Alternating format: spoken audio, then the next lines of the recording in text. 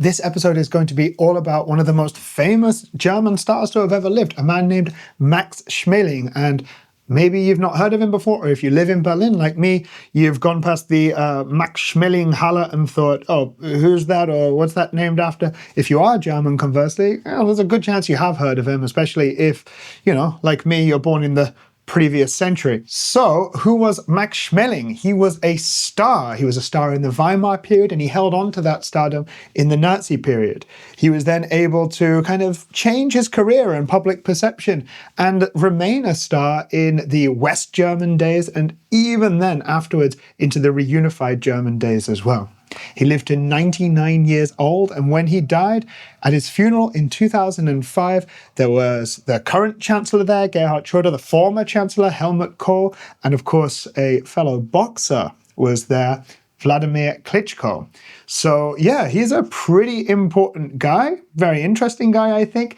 I actually originally covered him with this self-same research I'll be using today on a podcast episode about a year ago, which would have been 2024. So why am I redoing it? Well, that was not only a live show, it was my first ever live show. And I ended up not being able to use all of the material that I wanted to. And yeah, I don't know, I found the guy super interesting. It suddenly popped into my mind that I'd like to talk about him. And I thought, hey, if you follow this channel where I, a Berlin tour guide of 15 years, cover Berlin history, then maybe you would be interested to find out more about Max Schmeling. And if you want to find out more about people like this, these kind of things, then make sure to subscribe and perhaps even leave a comment if you're feeling fruity as well. All right, let's get into it. So, because Schmeling is born in 1905, he's not going to be old enough to fight in the First World War. Obviously, the effects of it are going to play a really huge part in his life. He's 14 years old or thereabouts when the first ever professional official boxing match takes place here in Berlin. Not that he would have known about it. Actually, what's important for us at this point, I think, is to zoom out a little bit and see how society is changing as a result of the First World War. Germany has become a democracy through revolution. That democracy is only going to last for 14 years. It certainly has its problems, but one of the really important things that comes out of it is the rise of the individual. German citizens are now German voters, including women as well, from the first election. It doesn't matter who you are when you're born, your voice now counts in a way that it never has before. Another way that society changes, there's an 8-hour workday. This means that people have more time, and a lot of those people are in cities. We see increasing urbanization during this time as well. So people are all in the same place. And because individuals are now more important, well, media reflects that. There are more newspapers than ever and more freedom of the press than ever before as well. And there are special interest papers as well. One that always comes to mind for me is a magazine named Freundin, Girlfriend. That wasn't so you could have better tips on buying flowers and chocolates as a dude. Girlfriend was a magazine specifically for lesbians, even though that was something that was, very socially taboo at the time.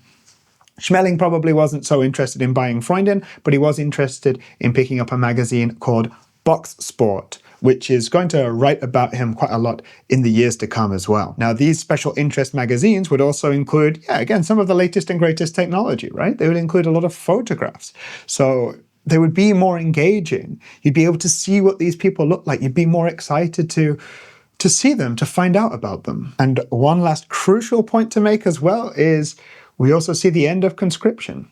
The Treaty of Versailles has limited Germany's military to a much smaller size than it ever has been before, and you have a lot of men who had, been conscripted, had fought in that war, had been used to a lot of contact, a lot of time with other men, a lot of time spent outdoors, and so a lot of people wanted to kind of find a replacement for that, and many of them channeled that energy into sports. Of course, for our story, boxing is going to be the most important, but this is actually the period where football becomes very popular as well. But let's get into Max Schmeling developing his love for boxing. And so when Germany's first ever professional boxing match takes place on February 18th, 1919, here in Berlin, does 14-year-old Max Schmeling up in Hamburg have any idea about this? Probably not, I think it's safe to say. But boxing is going to start to become super popular here over the next couple of years. Bouts are held at famous venues like the Admiralspalast, which still exists today, and the Sportpalast, which doesn't. But there was once a crowd of up to 10,000 people that were there, and they were watching German stars. They were becoming very popular, but it was an American star that would catch Max Schmeling's attention. And this was via, again, latest and greatest technology of the day, newsreels. Max Schmeling, when he was about 16, went to watch a newsreel in Hamburg, and it showed a boxer named Jack Dempsey from the US defeating another boxer named George Carpentier, or Carpentier. I don't know, I've never heard it said by anybody else. Schmeling would go back and watch this 13 times. He was absolutely hooked. He had caught the bug. So he starts to train in Hamburg, in all of his spare time. And then he moves down to Cologne and he starts training there as well. And then eventually in 1924, he knows that boxing really is his future. So he comes here to the capital, to the big city, where the best fighters are and where the best trainers are and where the best facilities are. So in 1924, Schmeling has made the decision that he is going to go pro. And he moves up here to the capital, to Berlin, a place that for a young man is going to be absolutely full of the most fantastic temptations. Weimar era Berlin is famous for being a bit, wild and weird and permissive. This is the time of cabaret, of boobs and booze and drugs. And amazingly, this young man who's going to gain a lot of attention, a lot of spotlight, does not go in for that. It is art and technology that propels him to stardom. Not to mention a huge amount of talent. It's in the 1926 to 28 period that really for his boxing skills, he starts to become a star. In fact, in 1927 alone, he wins 15 different fights. Now, when I first read that, I was like, okay, it doesn't sound very much, but I'm not a boxing guy. I don't know.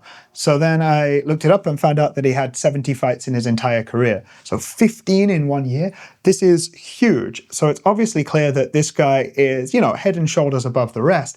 And this is made abundantly clear when he defeats a Swedish boxer named Harry Persson. This was for the European lightweight title. So, okay, lightweight might not sound like much, but that's a German with a European title in the post-World War I period, when Germany had actually for quite a while been banned from competing in international sports as a result of the First World War.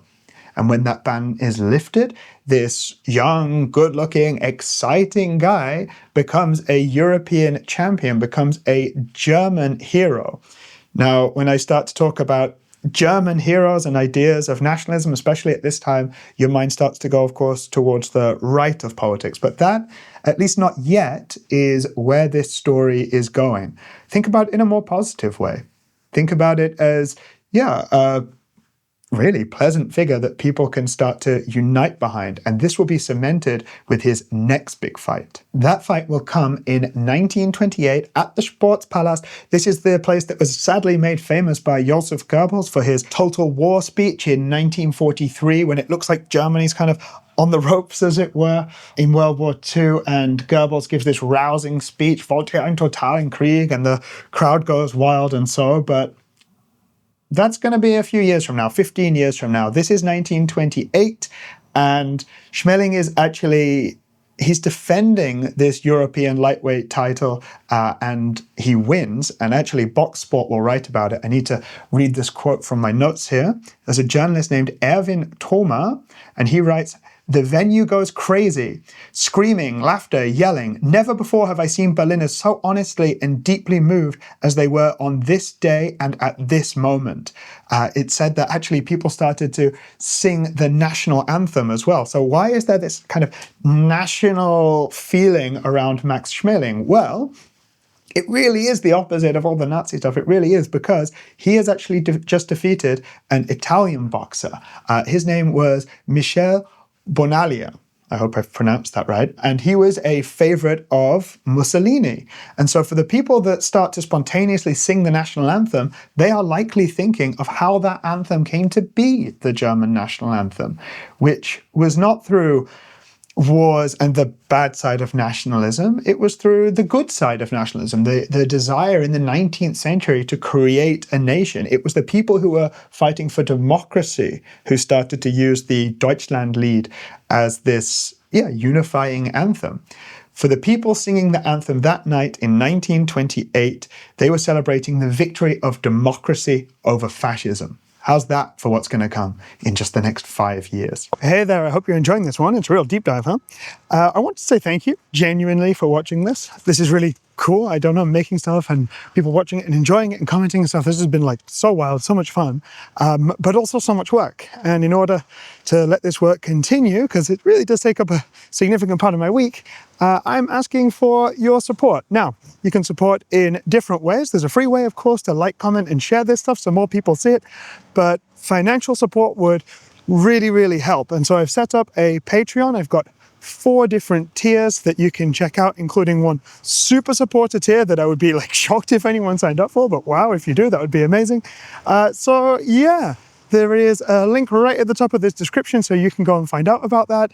And with your support, this show can continue. I would really appreciate it. All right, let's get back on with the show. And so Max Schmeling has become a star, but what is a star? I want to kind of think about that for a second, because it's really hard to look back 100 years ago at a few photos of a guy doing this and a couple of paintings of him and really understand the excitement around it. What makes the next Taylor Swift or Beyonce? I think of, when it comes to sports, someone like Tiger Woods. How many of you know about Tiger Woods and have never watched a game of golf, for example? This tells me that a true star transcends the thing that it is that they do.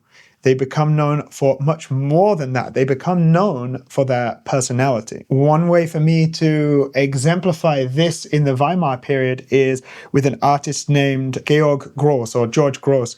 He had fought in the First World War and absolutely fallen out of love with Germany as a result of it. His work was deeply satirical. His most famous painting is called The Pillars of Society, and it's 1920s. He's making fun of the Nazis and the capitalists, and he's kind of holding this mirror up to society. But he also paints a portrait of Max Schmeling. Like other artists at the time, he's kind of excited by this physical form, and I suppose this newness, this excitement, let's say. This also shows us that Schmeling is moving in circles that are not just, boxers and trainers and boxing journalists, right? He's hanging out with some of the most important artists of their time, and of course important artists they'd never known at their time, but you look back and you think, okay, this guy was switched on. He knew, in a sense, what was happening. And that leads me to kind of one more reflection on stardom, really. Transcending what it is that you're famous for is one thing. Knowing how to be a star, that's another thing. Right? How to live with it, how to manage it. I actually think of the Beckhams, right? David and Victoria Beckham, particularly David Beckham, someone who knew early on, right, this whole sports career isn't going to last forever. We have to kind of go beyond that, although probably his wife was the guiding influence there, I'd like to say. But still, that's somebody who I'm guessing we've all heard of, and maybe you can see what I mean now about this idea of transcending what it is that you're known for, but also playing for the future. Schmeling knew that he was becoming a star. He knew how to use it, hang on to it, and play with it. And his biggest moments are really yet to come. In fact, he goes where anyone goes when they want to make it big. At the end of the 1920s, he heads over to the United States of America. And in fact, I think of this move to America as a kind of 1-2 punch. Making it big in the US doesn't always work. Speaking of famous British people from my youth, take a look at Oasis. No shame, Oasis pros. I know it's your time, but they never made it big in the US, right? The other side of this 1-2 punch, this idea again of transcending, is he stars in a movie. The talkies are new at the time, and he stars in one of, the earliest talkies in a movie that I don't think has gone down in history as one of the greatest ever made. It's called Love in the Ring. And would you believe Max Schmeling plays a boxer named Max? In fact, I don't even think it's the last time that he did that.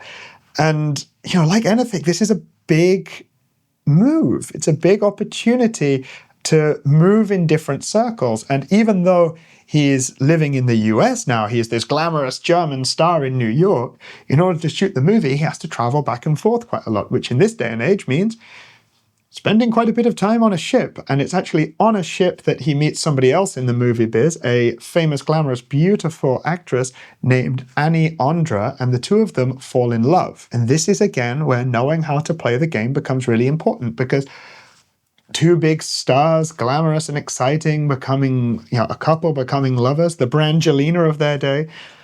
I don't know if I'm going to keep doing this, by the way, but yeah, references from 2002. Why not? They know that, they're actually in love. They actually do care about each other, and that the press would love to know about this. So for a good long while, they keep this relationship a secret. Anyway, we go back to Max's career, because this move to New York, in hindsight, is going to be a good one. His career is about to explode, but Germany is also about to change fundamentally, and he is going to be mired in some controversy, but some propaganda as well. So what happens next? Well, Max starts to become popular in New York. In fact, he fights a guy named Johnny Risco at Madison Square Garden. There's a crowd of 20,000 people, and the domestic press, the New York Times, write a glowing report about him. Everyone's kind of, convinced that this is a pretty good guy, a pretty exciting guy. And Max is looking for, the next big step in his career, which, of course, as a boxer, is becoming world heavyweight champion, which you do by challenging the incumbent, in this case, a man named Joe Sharkey. And you can imagine the German press are very excited about this. Our boy over there is going for gold. He's going to be the top. He is going to be the world champion. And so they interview him on the radio. Now, why is a radio interview so important? Well, because radio is, the hot, exciting new thing. Radios at this time, end of the 1920s, around 1930, they're incredibly expensive. Most people can't afford them. The news, people are used to it taking days, if not weeks, to travel over the ocean, photographs and text and so on. But no, Schmeling, he's coming to you live in your home, on air, talking to his mom. How lovely is that? How endearing is that? Our boy, our great warrior, but also, endearing young family man as well. It's all terribly exciting, but the fight against Joe Sharkey is going to change all of that. In Germany, the fight would take place on the 13th of June at 3 a.m., so late in the evening over in the US. And it does go to 4 rounds, but in the 4th round, it's a little bit confusing as to what happens. Many people do dispute this. It seems like Sharkey throws something of a low blow. This gets him disqualified, and that means that Max is the champion. Yes, he wins. Of course, you knew the story was going that way, but he wins by default. He doesn't defeat the guy. Actually, both the press and with that the people in both the US and Germany, they don't like this. They see this as a kind of a form of ill-gotten gains, I suppose. He has not won honorably. He has become the champion of the world, technically. Writing about this later on in life, later on in his career, Schmeling will say that he'd won this fight, but that his crown had no shine to it. In the summer of 1932, almost 2 years to the date since their initial fight, Sharkey and Schmeling go at it again, and this time will change everything. In fact, this fight goes to 15 rounds, and it has to, in the end, be called by the judges, and they end up giving the title back to Sharkey for spurious points-based reasons. Many people see this as unfair. So does Schmeling, actually, but it's this unfair defeat that gives him a certain amount of likability and credibility, but also a kind of a sense of, defensiveness from the German people that conversely kind of puts him back in favor in people's minds. Think about it. Our boy was robbed. He was wronged. He should have won. We know he's the real champion. It's kind of crazy that winning was bad for him and losing was good for him, at least in these two cases. But yeah, that's what happened. And then the press starts to become obsessed with the guy. They start writing about how, he's only in it for the money. He's a cold money-making machine. Or actually, some of them write about how, actually, this guy's something of a role model. And then there's a German satirical magazine at the time, Simplicissimus, they put him on the cover alongside German heroes, Goethe, Bismarck, Schmeling. He's the next big thing. They're kind of making fun of him in a way, but you can't be made fun of in that way if it's not at least a little bit true. However, big problem on the horizon. I said summer of 1932. Well, 32 will be a year of political upheaval for Germany, 2 elections. The second one, of course, being the one that Hitler is able to use to eventually, in early 1933, come to power. And so we move into a different era. And, I said it at the beginning, he's going to hold on to his stardom, but things are really going to change for his boxing career, and he's going to appear in propaganda as well. Once in power, the Nazis are obsessed with what they call Gleichschaltung, or synchronicity, basically taking what was, a large, diverse country with several different kingdoms and so that had all come together once upon a time, and instead unifying them, giving them one government, one ideology, one purpose, one leader. And in the early days of the regime, Gleichschaltung applied to, social life as well. Clubs, like sailing clubs and so, but, sports clubs of all kinds had to reflect what the Nazis thought society should really be about. And so undesirables were pushed out. Jews are no longer allowed to be part of all sorts of social clubs. The obvious plan is to lock them out of regular everyday life, to, I suppose, make their lives so difficult that they will recognize that they're second-class citizens, and in the hopes of the Nazis at this point, early days, they will leave. And of course, Schmeling's manager is Jewish, Joe Jacobs, but he lives, or at least works, in the US, and so they're able to turn a blind eye to this. Even though one of the most popular stars at the time is associated with this Jewish man, the Nazis realize that if you suddenly decide you hate one of the most popular people in the country, especially if he's, in their minds, salvageable, that's going to do them more damage. So they basically turn a blind eye to Schmeling, as actually in the summer of 1933, he does move back to the US. He makes his relationship with Annie Andra public. They have this great big fairy tale wedding. They buy a mansion in the countryside. Magazines come and, photograph them and their so-called perfect life. And, love them or not, everybody in this country knows about this darling couple, Max and Annie. And to really hit the point home about how the regime turn a blind eye to Schmeling, actually about a month before he gets married, 8th of June 1933, in the US, he fights a boxer named Max Baer. And Max Baer has one Jewish grandfather, and obviously knowing what Germans think of Jews at this time, yeah, he knows about notoriety. He plays up his Jewishness. He defeats Schmeling wearing on his shorts a great big Star of David. Now, surely for, just anybody in the Nazi regime, losing to a Jew would highlight you as a complete failure, as somebody who is, not fit to represent the so-called superior German race. But that star power really matters for something. If you've got star power, you can, quote unquote, get away with things. And so, yeah, despite losing to the guy with the big Star of David, Schmeling is still seen as a star and still not just tolerated by the regime, I would argue celebrated by the regime. And of course, the regime are keen to use his German identity, keen to use him as a representative of German strength and power on the international scene. And that's going to become hugely important in his next 2 big fights in the 1930s against Joe Louis, a black American boxer. Now, Joe Louis was one of the first, if not the very first, black American superstars, someone who had to overcome so much racism, so much adversity to reach that position. He'd grown up dirt poor, and now in the middle of the 1930s, he was going to represent his country against the German menace, against the fascist menace. Whether or not the athletes want these narratives, people always put them on top of it. That's what makes these things so exciting. Now, 1936, that's of course a very different time for Germans. It, probably was pretty quick. I don't know if people would have felt it, but yeah, that free and exciting press that had made Schmeling a star back in the 1920s was now not a free press whatsoever. In fact, by 1936, the way the news worked in Germany is, journalists would get a briefing from the Ministry for Propaganda and Public Enlightenment. The minister himself was, of course, one of Hitler's closest and most loyal men, Dr. Joseph Goebbels, and, he would tell them what to write. Now, what I expected when I got to this part of the research is that, yeah, he's going to take that angle. Our Aryan hero fighting against, this subhuman, as the Nazis would have put it. But no, Goebbels, I'm sure he never would have admitted it, he was scared.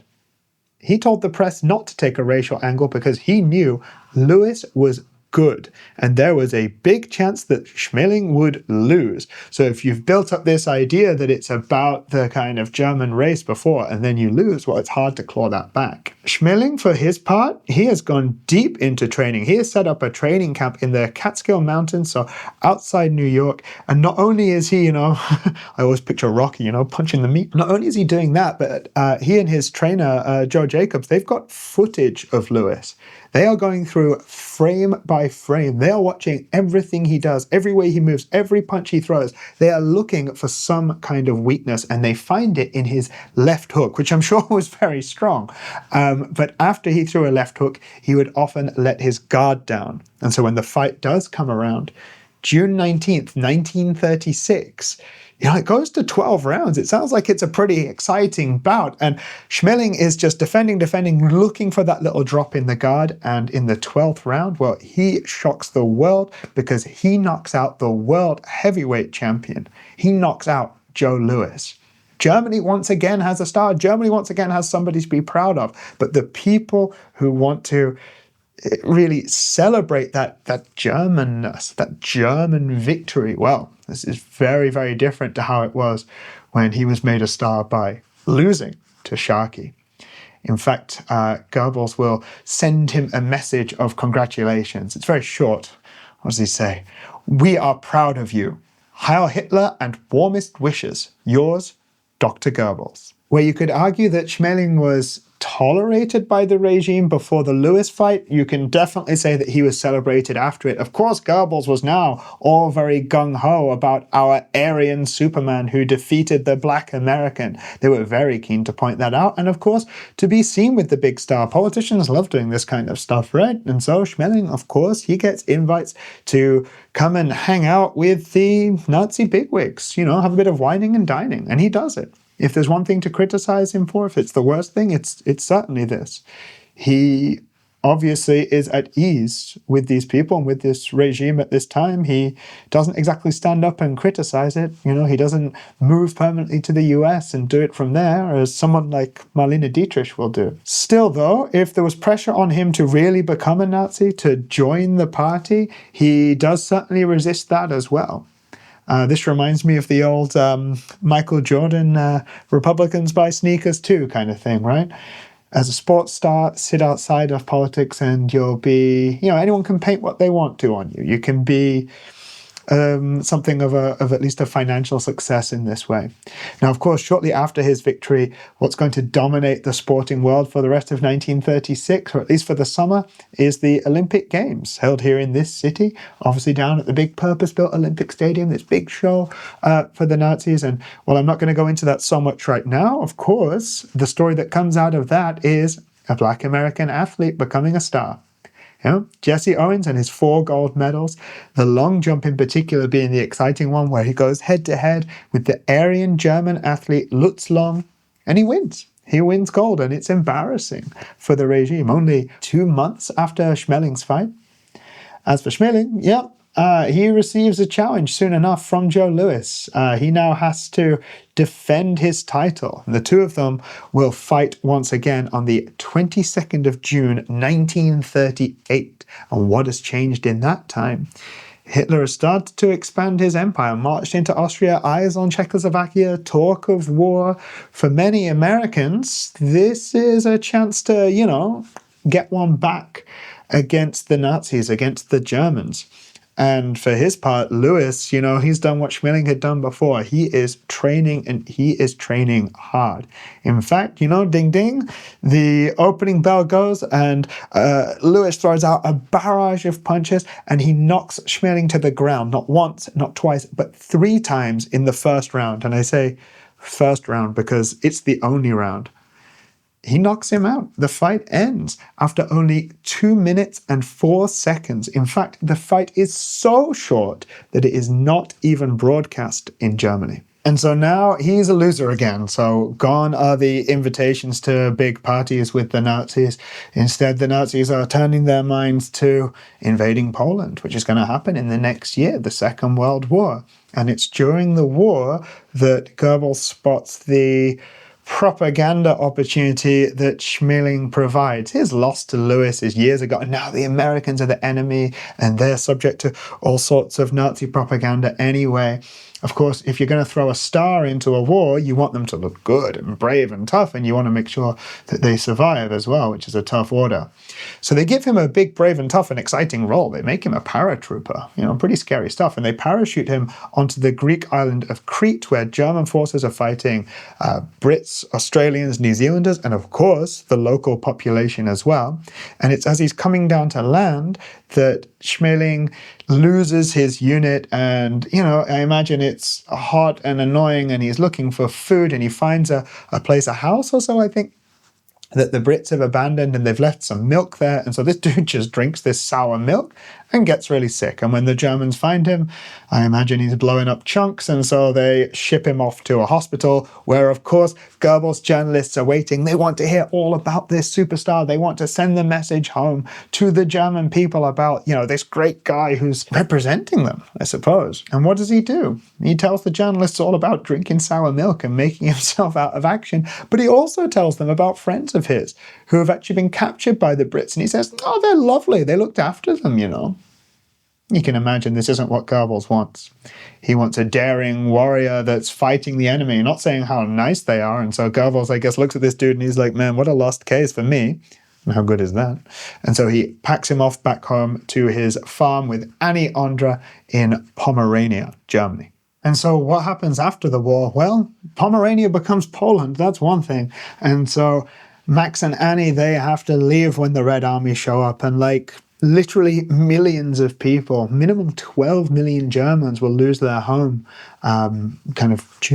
mostly after World War II as the new borders of Germany and Europe are defined. Max and Annie, like many people, are not only keen to flee, but keen to flee to a part of Germany that will not be occupied by the Soviets. And they end up settling just outside of Hamburg in British-occupied Germany. And it's there that the Brits initially think, well, what about this guy? He was used for propaganda, but very quickly they make the decision that, he and his wife, they passed the denazification process test.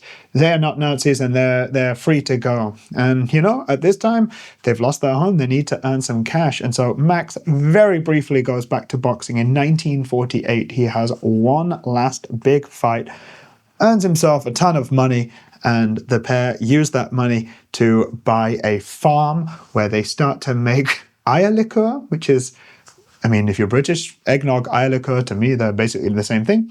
And they also become award-winning mink farmers. Bet you weren't expecting me to say that, huh? Especially if you're German, because if you know anything about his post-war career, the way that he makes money, two ways. Coca-Cola are on the move. They're like, oh, hey, West Germany, you're a big market for us. Hello. And Schmeling, he signs up to, work with them. He runs a bottling plant, becomes very wealthy. He also becomes, somewhat, I think the unofficial face of Coca-Cola in Germany, starts to appear in a lot of adverts. And by the 1960s, if there was any association with Hitler and Goebbels and their regime, it's gone by now because, the guy gets his own TV show and becomes something of a star. The press, he's not young anymore.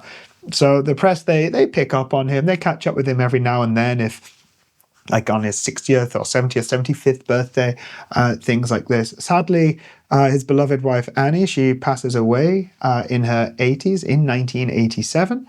And by that point, he's seen, I think, as what we'd call in the UK a national treasure. And Germany's going to undergo a few changes after this as well. Obviously, the wall comes down 89, Germany reunifies 1919. It's in the mid-90s that Schmeling appears alongside a East German boxer, Henry Masker, a guy who in 1988 at the Seoul Olympics had won gold for East Germany. And then in the mid-90s, you get, images of these two standing next to each other at a time when I think Germany needs to see that East and West have reunified. And, the government wants a narrative that reunification is a success, even if, I would argue that's mostly the case, but there's, a lot of valid criticism against it being a success.